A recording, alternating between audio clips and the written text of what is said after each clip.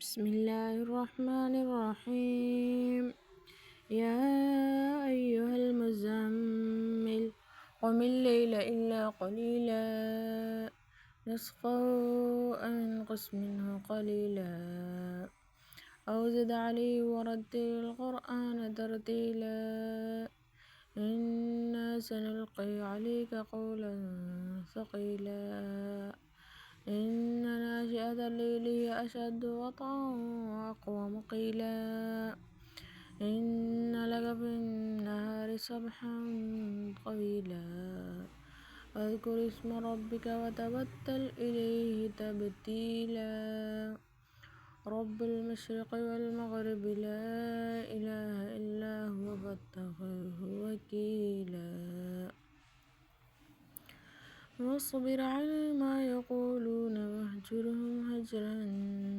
جميلا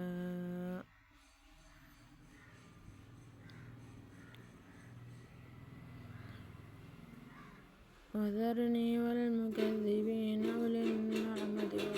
ومهلهم